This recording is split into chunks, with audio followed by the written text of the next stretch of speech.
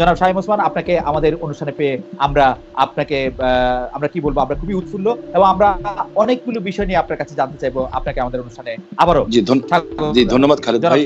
কাছে মনে হচ্ছে যে নির্বাচন সংস্কার মানে কিছু বলা হচ্ছে যে কিছু যৌক্তিক সংস্কার করে যদি নির্বাচনটা না দেওয়া হয় তাহলে বিএনপি যখন ক্ষমতায় আসবে বা অন্য কেউ যখন ক্ষমতায় আসবে তারাও আসলে একই সরকারের সমান ফেসিস্ট হতে পারে, গত সরকারের সমান। তো সেইটা চিন্তা করে তাদেরকে সংস্কারের কথা বলা হচ্ছে। আমি এটার সঙ্গে একেবারেই একমত নই। আমি ঘোরতর আপত্তি জানাচ্ছি, তীব্র প্রতিবাদ জানাচ্ছি। বিএনপির সঙ্গে ফ্যাসিস্ট আওয়ামী লীগের তুলনা করার কোনো কারণই থাকতে পারে না। কারণ বিএনপি ইজ এ পার্টি, যে দলটা বহুদলীয় গণতন্ত্র নিয়ে এসেছে। আওয়ামী লীগ একদলীয় শাসন ব্যবস্থা বাকশালে ছিল, আমরা বহুদলীয় গণতন্ত্র নিয়ে এসেছি। আমরা সংসদীয় গণতন্ত্র নিয়ে এসেছি, ম্যাডাম জিয়া নিয়ে এসেছেন। আমরা তত্ত্বাবধায়ক সরকার বিধান পাশ করেছি পার্লামেন্টে, এবং আমাদের কাছে ফ্যাসিস্ট আবার এখন পর্যন্ত তো প্রশ্নই উঠতে পারে না। আমাদের যে পার্টির স্ট্রাকচার, আমরা যে কাজ করেছি, সেগুলো সমস্ত গণতন্ত্রের পক্ষে গেছে। এবং 14 বছর লড়াই করেছি তো ফ্যাসিস্ট হওয়ার জন্য নয়, গণতন্ত্রকে প্রতিষ্ঠা করবার জন্য। সুতরাং এই কথাগুলো যখন বলা হয়, তখন এই কথাগুলো আমার কাছে মনে হয় যেটা আপনার শুধুমাত্র হয় কথার কথা বলার জন্য বলা হয়, অথবা বিএনপিকে আপনার ছোট করে খাটো করে দেখানোর চেষ্টা করা হয়। কিন্তু এইখানে তো পাশাপাশি আরো দুটো সত্য আছে। একটা সত্য হচ্ছে যে বিএনপিও তো আসলে ক্ষমতায় ভারসাম্যের কথা বলছে, এবং সেই ক্ষমতায় ভারসাম্যের কথা বলতে গিয়ে এই প্রধানমন্ত্রী, উপপ্রধানমন্ত্রী, রাষ্ট্রপতি, উপরাষ্ট্রপতি জাতীয় সংস্কারের কথা বলছে। এই বিষয়টি যেমন আছে, এবং বিএনপিও রাষ্ট্র ক্ষমতায় ছিল, তখনও বিএনপিতে আসলে ক্ষমতার ভারসাম্য আছে কিনা সেটা নিয়ে প্রশ্ন উঠেছে। আবার আপনি যদি আমাকে অনুমতি দেন, আমি বলবো যে বিএনপির একজন খুব গুরুত্বপূর্ণ শীর্ষস্থানীয় নেতা জনাব মওদুদ আহমেদ, আমি তাকে কোট করছি, তিনি লিখেছিলেন, আমরা ক্ষমতায় গেলে বিএনপি সাফল্য হবে আরও কম, কারণ দলটি শাসন কৌশলে কোনো উন্নতি হয়নি, দলটিতে নেই কোনো আত্মোপলব্ধি এবং আত্মসংশোধন শব্দ দুটির অস্তিত্ব। অর্থাৎ এরকম কথা কিন্তু আছে। মওদুদ আহমেদের কথাই যে আপনার চূড়ান্ত কথা তা তো নয়। জি, মওদুদ আহমেদ তার দৃষ্টিকোণ থেকে তিনি ওই কথাগুলো বলেছেন। আমি তো মনে করি যে কথাগুলো সঠিক নয়।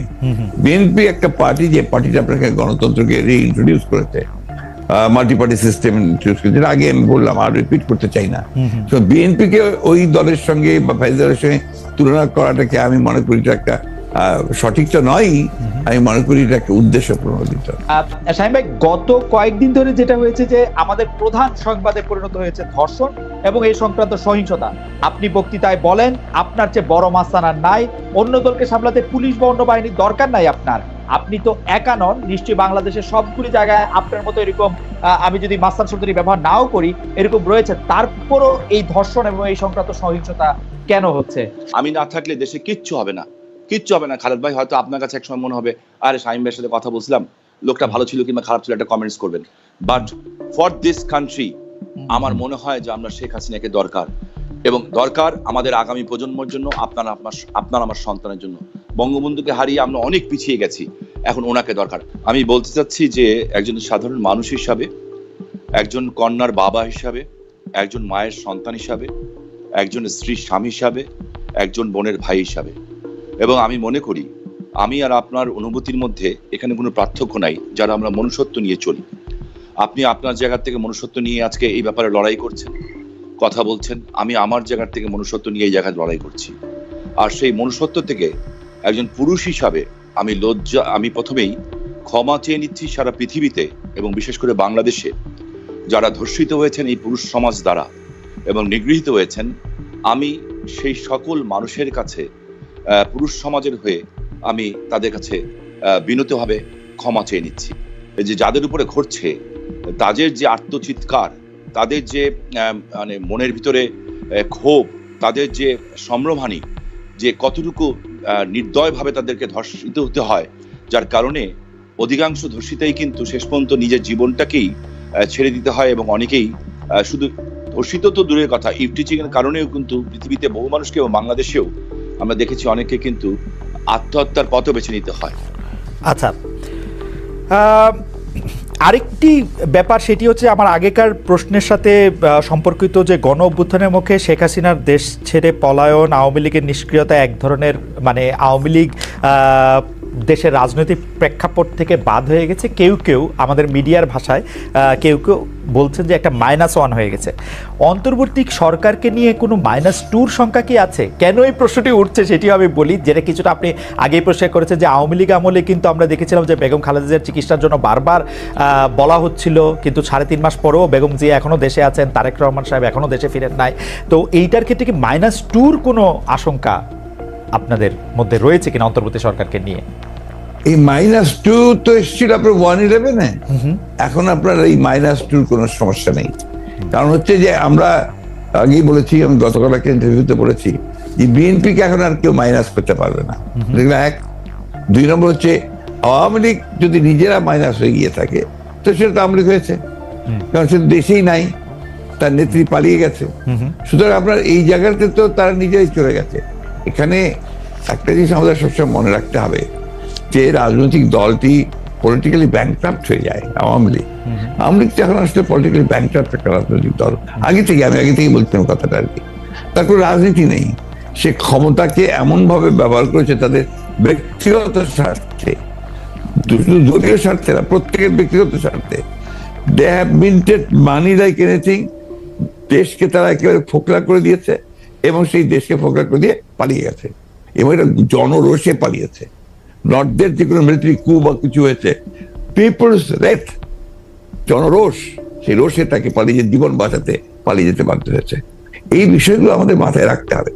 আমরা কোনো মতেই যেন চেষ্টা না করি যে এটাকে কোনো মতে খাটো করা। The fascist Awami League regime এতে বাধ্য হয়েছে দেশ থেকে পালিয়ে যেতে জনরোষে। ওকে, গত 15 বছরে আওয়ামী লীগের শাসনকে যে ফেসিবাদী বলা হচ্ছে এবং তার যে পালিয়ে যাওয়াটা, যেটি আসলে আপনি এখন বর্ণনাও করলেন, দুর্নীতি, তারপরে নানা ধরনের নানা কারণে, কিন্তু তার পেছনে আপনাদের আমলে যে 20 বছর আগে 21 আগস্টে গ্রেনেড হামলা, বিচারকদের বয়স বাড়িয়ে তত্ত্বাবধায়ক সরকারকে প্রশ্নবিদ্ধ করার মাধ্যমে শেখ হাসিনাকে কর্তৃত্ববাদী শাসনের দিকে নিয়ে যাওয়া, এ নিয়েও আসলে নানা ধরনের আলোচনা আছে। এই দুটি ঘটনা যদি হাইন্ডসাইট আপনি একটু দেখেন, যে মানে যেগুলি হচ্ছে ক্রাইমের ঘটনা, অর্থাৎ হচ্ছে 21 আগস্টের গ্রেনেড হামলা, 10 ট্রাক অস্ত্র, আবার অন্যদিকে তত্ত্বাবধায়ক সরকার ব্যবস্থাটাকে একটা এরকম জায়গায় নিয়ে যাওয়া, এই দুটিকে আপনি আপনার মূল্যায়ন আমরা একটু শুনতে চাই যে এই দুটি। আপনার 21 আগস্টের যে ঘটনা, এই ঘটনার সঙ্গে বিএনপিকে জড়িত করা এবং বিশেষ করে তারেক রহমান সাহেবকে জড়িত করা, এটা পুরোপুরি ভাবেই রাজনৈতিক উদ্দেশ্য প্রণোদিত। এটা কোনো মতেই বিএনপি এর সঙ্গে জড়িত তো নয়ই, বরঞ্চ আমি মনে করি যারা বিএনপিকে শত্রু হিসেবে চেনে তারা জড়িত, এবং এখানে বেনিফিশিয়ারি কারা হয়েছে সেই বিষয়টা আমাদেরকে অবশ্যই লক্ষ্য রাখতে হবে। 21 আগস্টের মামলায় who was the beneficiary? Beneficiary was Awami League. কারণ বিএনপি ক্ষমতায় থেকে সে এমন কোনো ঘটনা ঘটাবে কেন যে ঘটনাটা তার বিপক্ষে যাবে? এটা গেল 1 নম্বর। আর আপনি যে প্রসিডিংস গুলো দেখেন সমস্ত, আপনি তো একসময় বিচার বিভাগের মানুষ ছিলেন, দেখবেন যে তারেক সাহেবকে এখানে জড়িত করা হয়েছে 4টা আপনার আইও চেঞ্জ করার পরে। সর্বশেষ যে আইও নিয়ে আসা হয়েছে সে হচ্ছে আওয়ামী লীগ দলীয় ভুক্ত কাহার এখন যে আপনার নিজে থেকেই তাদের নির্দেশে সে এই চার্জশিটটা করেছে, যেটা কোনো সম্পর্ক নেই। অন্যদিকে যে আপনার মূল আসামি ছিল, ভদ্রলোকের নাম আমি বলে যাচ্ছি, মৌলানা মুফতি মোহাম্মদ, তিনি তাকে দিয়ে 164 দিন তাকে টর্চার করে তাকে দিয়ে একটা আপনার স্টেটমেন্ট করিয়ে নিয়েছিল। পরে দেখা গেছে যে উনি নিজেই সেটাকে আবার ভোগ করেছেন, বলেছেন যে এটা আমার কাছে আমাকে টর্চার করে নেওয়া হয়েছে। এবং দেখেন কিভাবে কি মারাত্মক ঘটনা, কোথায় চলে গিয়েছিল সবকিছু। এবং he was hang before the trial was complete. তো যে প্রধান আসামি তাকে আপনি আগেই অন্য একটা মামলাতে জুড়িয়ে দিলেন যাতে আসল সত্যটা বেরিয়ে নিয়ে আসে। তো এই কথাগুলো কিন্তু কেউ আপনার ইনভেস্টিগেটিভ জার্নালিজম করে না, যার ফলে এই বিষয়গুলো আসে। আপনারা পলিটিক্যালি জিনিসটাকে নিয়ে চেষ্টা করেন, ওটা দিলে why did you go deep into it? আমি বলি শেষ করি প্লিজ। জি প্লিজ ইনভেস্টিগেটিভ জার্নালিজমটা সিরিয়াসলি করেন এবং এটাকে ফাইন্ড আউট করেন যেটা আসলে ব্যাপারটা কি ছিল। সেটা করছেন না, করছেন যে বিএনপি কিন্তু সব করার জন্য করছেন। এটাকে আমি মনে করি এটা এক ধরনের রাজনৈতিক উদ্দেশ্য প্রণোদিত। ওকে।